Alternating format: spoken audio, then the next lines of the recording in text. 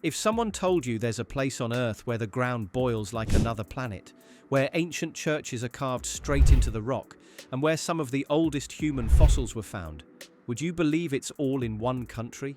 That place is Ethiopia. And what you're about to see is the hidden side of Africa you've probably never even imagined. Picture this. The air shimmers with heat, the ground is painted neon yellow, orange and green, and the horizon is broken by jagged salt formations that look like the crust of an alien world. This is the Danakil Depression, often called Hell on Earth. But for the Afar people, it's home, work, and survival. Here, temperatures have been recorded at over 50 degrees Celsius, and parts of the land lie more than 100 meters below sea level. Yet every morning, caravans of camels move slowly across the salt flats, like ghost ships on a burning white sea. They're here for one thing: salt. Huge slabs are cut from the earth, loaded onto camels, and moved along trade routes that have existed for centuries, turning one of the harshest environments on Earth into a lifeline for local communities. But Danakil isn't just about heat and hardship.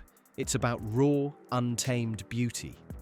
At Dalol, pools bubble with hot, acidic water in electric shades of lime and turquoise, surrounded by sulfur pillars and mineral terraces that look almost too vivid to be real.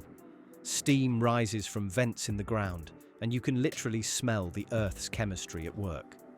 Scientists come here to study these extreme conditions because they resemble environments on Mars, while photographers chase the chance to capture colors that look unreal, even in person. In a single sweep of the eye, you see geology, chemistry, and human endurance colliding. Now imagine leaving this molten world and climbing high into the sky, to a place where the air turns crisp, the land drops away into vast canyons, and clouds drift below your feet. Welcome to Simien National Park, one of the highland crowns of Ethiopia. Here, jagged peaks and sheer cliffs rise from the plateau, and the highest summit, Ras Dashen, climbs to nearly 4,550 meters above sea level. The landscape looks like a stone ocean frozen mid-storm, ridges, gorges, and rock walls carved by millions of years of erosion. Standing on a cliff edge with the wind in your face, it feels like a balcony over Africa. But it's not just the views that make this place extraordinary, it's who lives here. On the grassy plateaus of the Simien Mountains, you'll find the gelada monkey, often called the bleeding heart baboon because of the bright patch on its chest. Unlike other monkeys, geladas graze on grass, moving in large, calm herds like miniature golden-maned lions. You can often walk among them at close range as they groom and squabble, with rare birds of prey circling high above and shepherds guiding flocks along the slopes. This blend of wildlife, human life, and sheer altitude gives the Simien Mountains a mood that's both ancient and alive. Continue south, and the highlands change shape, becoming a rolling, misty world that feels almost mythical, the Bale Mountains. At elevations around 3,300 meters and higher, the air turns thin and cold, and temperatures can plunge below freezing at night. Frost glitters on the grass at dawn as the landscape shifts from dark forests to open Afro-alpine moorland. More than half of the plant species here are found nowhere else on Earth. Giant lobelias rise from the ground like natural sculptures, and heathers form dense, wind-sculpted patches across the plateau. The Bale Mountains are also one of the last strongholds of some of Africa's rarest animals. This is a key habitat of the Ethiopian wolf, the world's rarest wild canid, with a rusty coat and long legs built for stalking rodents in open country. Spotting one trotting across the moorland at sunrise feels like witnessing a fragile miracle. Around it, endemic rodents, birds, and other species fill a delicate food web shaped by altitude and cold.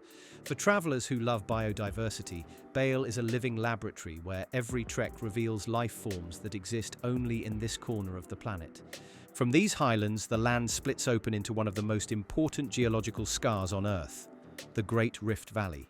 Here in Ethiopia, the rift is more than an impressive crack in the planet's crust. It's a cradle of humanity. In the valley's ancient sediments, fossils have been discovered that date back millions of years, including remains of early human ancestors. This is where scientists piece together the story of how we evolved, how we walked upright, and how our species began to spread across the globe. When you stand above the rift and look out over its lakes and plains, you're not just seeing a landscape. You're staring into the stage where human history began. The Rift Valley is also a place of surprising ecological diversity. Several lakes fill its floor, some fresh, some salty, each supporting its own distinct web of life. Certain lakes are highly saline, creating unusual habitats where only specialized species can survive. Flamingos and pelicans gather in incredible numbers, turning shorelines into moving clouds of pink and white. Around some lakes, tropical forests cloak the slopes, even at high elevations, nurturing rare plants and animals. Beneath the surface, the valley hides valuable minerals like gold and copper, resources that shape local economies and draw prospectors into this geologic corridor. Follow the valley's rivers south, and you arrive in one of Ethiopia's most culturally rich and visually striking regions, the Omo Valley. This isn't a museum of tribes frozen in time. It's a living, evolving world where dozens of communities express their identities in vivid, visible ways. The Mursi, Karo, and other groups are known for body art, scarification, elaborate hairstyles, and in some communities, clay lip plates. These practices are deeply rooted in ideas of beauty, adulthood, and social status. Rituals, dances, and ceremonies mark life's transitions, and visitors who arrive with respect can glimpse a way of life that still keeps land, cattle, and community at its center. Archaeologists value the Omo Valley as much as anthropologists do. This region has yielded fossils of early human species that push our understanding of how and where humanity evolved. To walk through certain parts of the valley is to step into a landscape that has hosted human life for thousands of years. The Omo River threads through this world as a lifeline, watering crops, feeding livestock, and shaping the daily rhythm of countless households. During festivals and seasonal events, the riverbanks become stages for contests, dances, and gatherings that bind these communities together. Within this broader valley lies the town of Jinka, a cultural hub that ties many of these threads together. Perched at an elevation of around 1,700 meters, Jinka enjoys mild weather and views over the surrounding hills. It serves as a meeting point for around 20 different tribes, each with its own language, clothing, and customs. Market days in Jinka are a riot of color: bead-covered clothing, painted faces, and stalls piled with grains, pottery, and handmade tools. For travelers, Jinka is often the gateway into the tribal regions, but for locals, it's a vital center of trade and exchange. Shift now to the east, and the soundscape changes from drums and river songs to the call to prayer echoing between ancient walls. This is Harar, a compact city with a legend-like atmosphere. Often described as one of the most important historic Islamic centers in Africa, Harar packs dozens of mosques into a tiny walled core. Wandering its narrow alleys feels like walking through a stone labyrinth where every turn reveals a doorway, a hidden courtyard, or a small shrine. The old city walls once protected a thriving trading town. Today they frame a space where time moves at its own pace. Harar's culture is layered and rich. For centuries, traders from the Arabian Peninsula, the Horn of Africa, and beyond passed through here, leaving their mark on its architecture, languages, and food. Coffee has a special place. Nearby plantations produce beans that are prized worldwide, and the traditional coffee ceremony is central to social life. Festivals bring crowds into the streets, mixing religious devotion, music, and dance. Oromo communities form a large part of the population, alongside Somali, Amhara, and others, creating a multi-ethnic mosaic inside the city's walls. From Harar, jump back in time and move northwest, and you arrive in Lalibela, a place so otherworldly it's often called the Jerusalem of Africa. Imagine entire churches not built, but carved downward into solid rock, chiseled from single blocks of volcanic stone. 11 major rock-hewn churches, linked by tunnels and walkways, form a sacred labyrinth. From above, some structures look like massive stone crosses sunk into the earth. From below, they feel like cathedrals hidden in a canyon. These masterpieces were created in the 12th and 13th centuries by hand tools, guided by faith rather than modern engineering. Lalibela served as a spiritual capital for Ethiopian Orthodox Christianity, drawing pilgrims from across the highlands. Even now, on feast days, white-robed worshippers fill the complex, chanting and praying as incense drifts through carved corridors. Despite its monumental scale and spiritual significance, much of the world barely knows this site exists.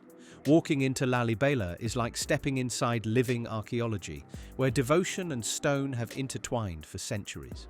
Not far from these spiritual strongholds lies Gondar, a city where medieval-style castles rise over the Ethiopian plateau. In the 17th century, Gondar became the capital of Ethiopia, and its rulers built a royal enclosure filled with palaces and towers blending local traditions with European influences. This complex, known as Fazil Gebi, is now a World Heritage Site. Its thick walls, archways and courtyards whisper stories of kings, royal courts and alliances in an era when Ethiopia held a unique place in global politics. Gondar's appeal goes beyond its architecture. The city sits amid rolling hills with a pleasant climate that invites exploration. Hundreds of thousands call it home, speaking languages such as Amharic and Tigrinya, adding to its cultural richness. One of the most vivid moments in Gondar's calendar is Timkat, the Ethiopian Orthodox celebration of Epiphany. During this festival, processions fill the streets, sacred replicas are carried under colourful canopies, and crowds gather around water for symbolic blessings, turning Gondar into a city of music, colour and faith. At the heart of the country lies Addis Ababa, a city that breaks many expectations about African capitals. Perched at around 2,350 meters above sea level, it is one of the highest major cities in the world, with a surprisingly mild climate. Founded in the late 19th century as the seat of an independent African empire, Addis became a symbol of resistance and pride. Today, it has grown into a bustling metropolis, with construction cranes and highways rising alongside markets and historic neighborhoods. Addis Ababa plays a unique role beyond Ethiopia's borders. It hosts the headquarters of the African Union, making it a diplomatic nerve center where decisions about the continent's future are debated. Monuments and museums honor national heroes and global civil rights figures, reflecting Ethiopia's engagement with wider struggles for justice. In the streets, you'll hear a mix of languages, smell fresh coffee and roasting spices, and see art, music and nightlife thriving amid the city's traffic and energy. Follow the Blue Nile northward, and you reach Lake Tana, a vast inland sea anchoring the northern highlands. It is Ethiopia's largest lake and the source of the Blue Nile, which eventually joins the White Nile on its long journey north. Because the lake is relatively shallow, changes in its water level can dramatically affect nearby farmland and villages. People here have learned to read the lake's moods, adjusting planting and harvest cycles to its rise and fall. Scattered across Lake Tana are more than 30 islands, many home to centuries-old monasteries and churches. Some guard ancient manuscripts and artworks that have survived war and upheaval. Reaching these monasteries often means a quiet boat ride across still water, then a walk through forested paths where birds call from the treetops. Inside the circular churches, walls glow with colourful religious paintings, and the air smells of incense and wax.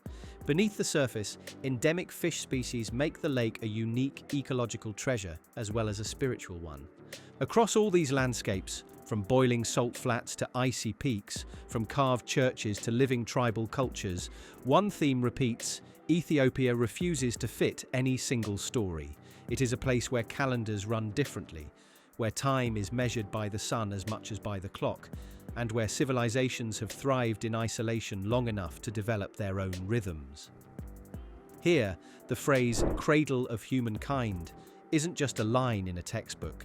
It's something you feel when you walk through the Rift Valley, talk to elders in the Omo, or watch sunrise over the Simeon Cliffs. Most people looking at a map see just a shape in the Horn of Africa, but once you step inside Ethiopia's borders, that outline becomes an entire universe of contrasts. Fire and ice, desert and forest, monasteries and mosques, skyscrapers and Stone Age geology. Every region tells a different chapter of a story that's still being written. And that's the hidden side of Africa you've never seen. A side where the past isn't just remembered, it's lived, and where every journey feels less like visiting a country and more like traveling through the timeline of our planet and our species.